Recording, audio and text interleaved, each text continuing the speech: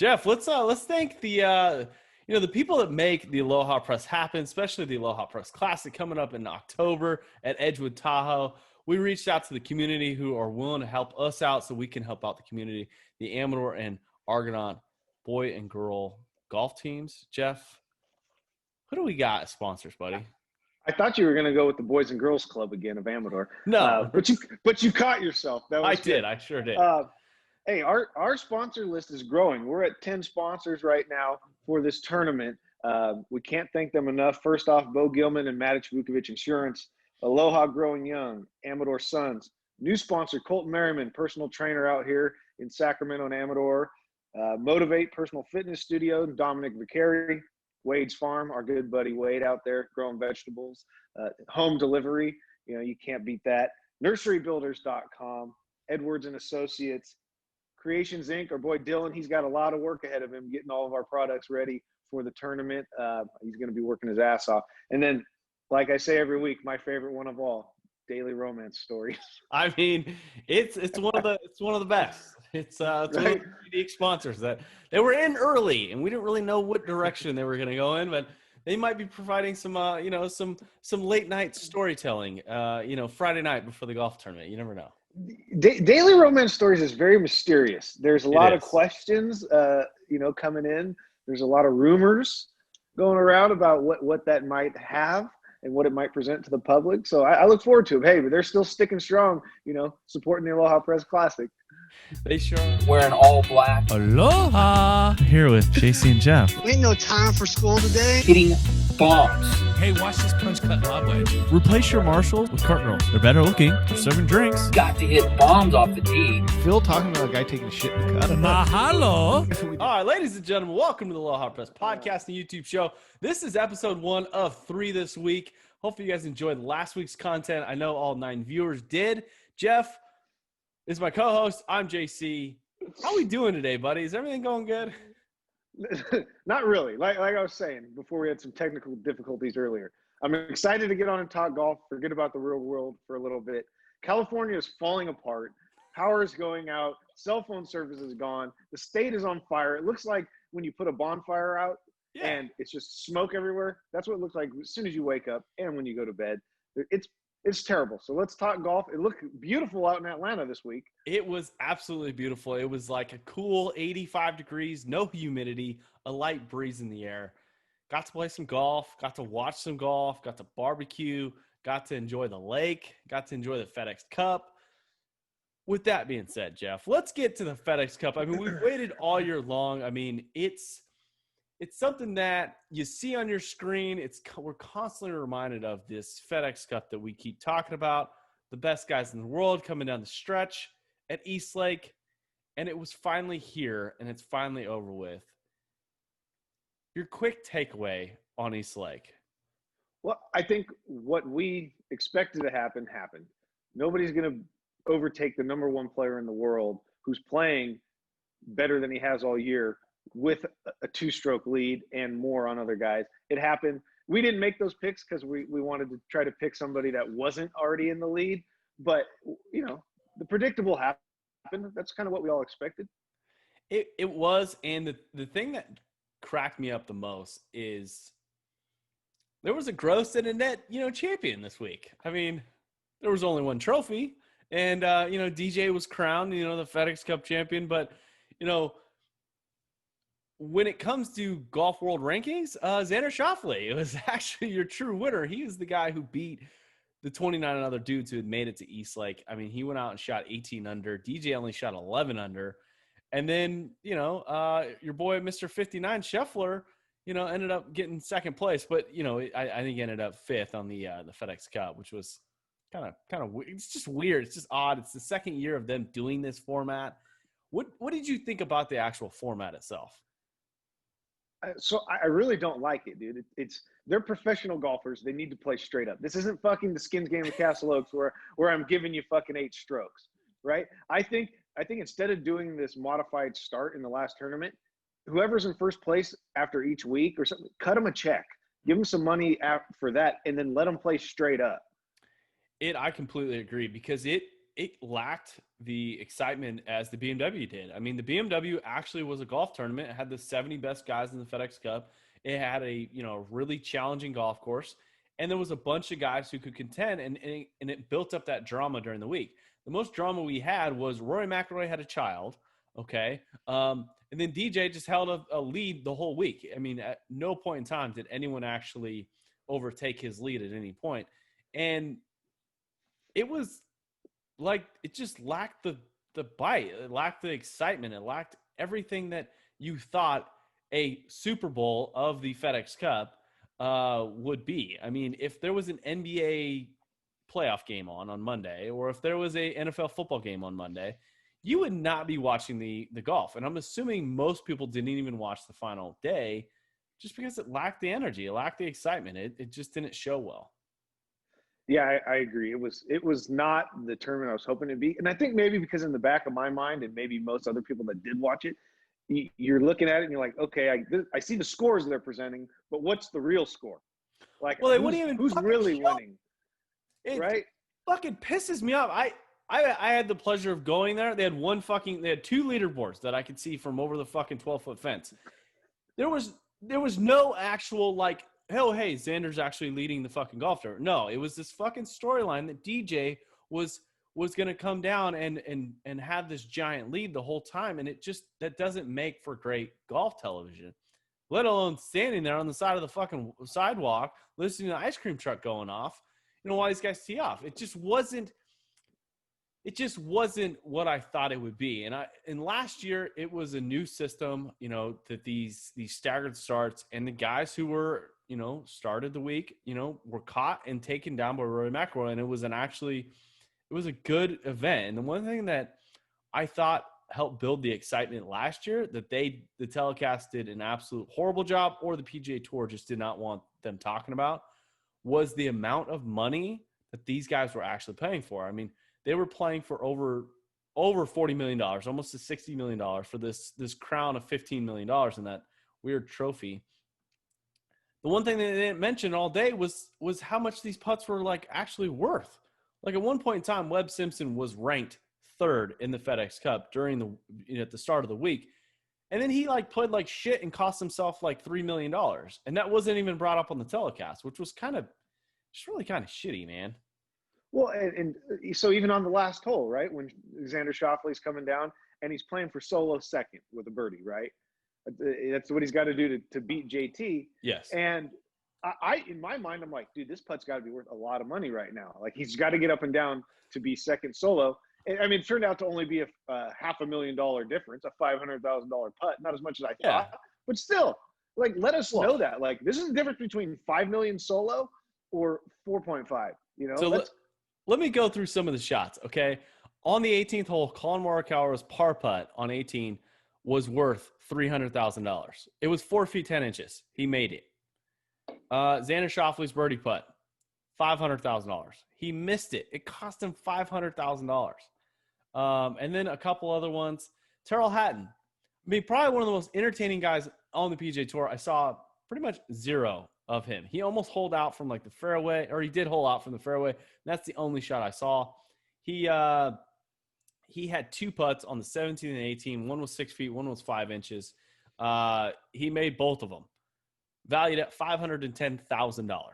Justin Thomas's birdie putt on 18, which he made, won him an extra $1 million. And that just was missing from the telecoverage. That's the most entertaining part. And I don't know if it was the PGA Tour, who has laid off close to 52 employees. I don't know if it's the telecast who have laid off. I know the Golf Channel's laid off a bunch of people. I don't know if the sponsors are, did not want to broadcast how much of these players are actually making. But when we're playing a match, I want to know how much I've got on the line. If it's $500, like the Aloha Press Class is going to have, you want to know what putts are worth. You know what I mean? And that brings the excitement. If DJ dumps it in the water and gives these guys an opportunity to get back into this tournament on 15, that was the only excitement that was out there. You knew DJ was not going to go out there and shank one into the woods, okay, or into the ghetto, and which we'll get to in a little bit. But it just lacked that. And I think adding the dollar amount would have added to the experience for the viewers. Well, they need to do something, because without fans, that obviously takes a huge part of viewership and excitement away. But then, yeah, if you're not going to sit there and talk about how much is on the line each putt and give us something to be like, oh, this is kind of an important shot or important putt, like, whatever, dude. Like, I'll just fall asleep on the couch. Well, and that was it was like the most nap-worthy golf tournament, and it was to a point where, I mean, you and I cover golf for a living. PGA Tour did not want the Aloha press at the golf tournament, which I understand. We're a small shop. I get it. We occasionally talk negatively about the PGA Tour. We missed the invite, or maybe they sent it to Sutter Creek and I just never got it. I don't know. But the thing that is hurtful to me, at least, is you have a holiday weekend. You have an opportunity to really exploit viewership, and present an unbelievable product and really showcase the 30 guys who claim to be some of the best guys in the world, which some of them, I could name a couple of them that you would have no idea who they were. You just don't, because they weren't even seen on the telecast. They weren't talked about. It just seemed like it was the DJ show. Well, and it was weird, because I didn't realize that the back nine was going to be without commercials. Oh. So I get to the back nine, and obviously I had recorded it because I had other shit going on. And I'm sitting there waiting for commercials so I can just fast forward, because I'm like, I just want to get this over with, right? And I figured out real quick that, okay, there's no fucking commercials. So I just ended up forwarding through everybody's shot except for the last group. Because I didn't care. I was like, whatever. No, make sure DJ doesn't fuck one up. And that was, if you wanted to tune in, I would have suggested you, watch like 15 through like 18, and it wasn't even that exciting. They had an incredible shot that appeared on television. I would have had to hit driver into. It was a par 3 over a giant lake that was 200 some yards. And these guys are hitting 6-iron, and you're like, this is stupid. This is so ridiculous. That shot legitimately made me nervous just watching. I mean, that's a big body of water, and right, that's a long 230. Woo. And you think it's not even that. I mean, probably 180, 190 the front. That's a lot of carry. There's not a lot of room for error, and it just wasn't. I mean, that was the most exciting shot on the golf course, which was kind of too bad. Dustin Johnson. So since I haven't got to talk to you since you went on Sunday, right? Yes. Tell me about, first off, what East Lake's like, and then second off, what it felt like to be from the outside looking in with no fans at a fucking tournament. So I'll answer your first question. Atlanta's a unique place, okay? And it's, especially in this time in our history, there's a lot of tension. And I'm not going to get into all of whatever's going on in the world. I'm just not, because I don't think as a media member, I don't think it's my place to comment on it. I have some strong takes. But East Lake is not in what you think of when it comes to Atlanta. It's in the hood, and, we're walking around the property and stuff, and we went into a gas station because, they don't sell alcohol outside the gates, so you got to get a cocktail or two, right?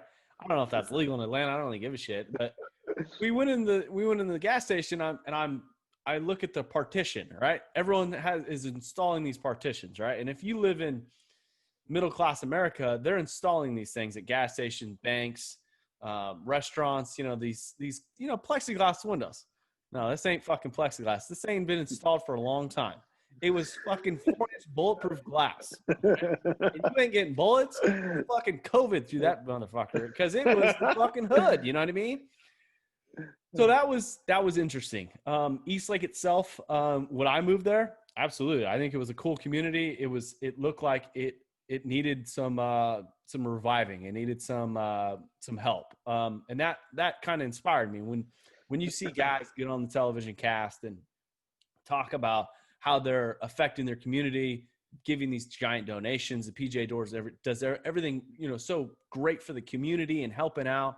And then you drive through the hood and you realize that it's a private membership that costs $300,000 to join, and they haven't done a lick to the streets around it. And it's just sad. It's just, if they would have invited me in the gates, I would have gladly gone in there, and I probably would have said something real stupid, because I enjoyed watching it from the street.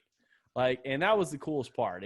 I'll wrap up my fucking soapbox fucking rant, but The thing that I saw was the bubble that they talk about, the COVID precautions and the social distancing and all of these things that Jim and, our boy fucking, Paul Azinger is talking about on the telecast. That's all bullshit. It's absolutely a joke. Like there's more restrictions with me and you going to a restaurant or me going into the local pool than there is getting into this fucking tournament. Like, it was a joke. There was 3 requirements to get in the tournament. Okay.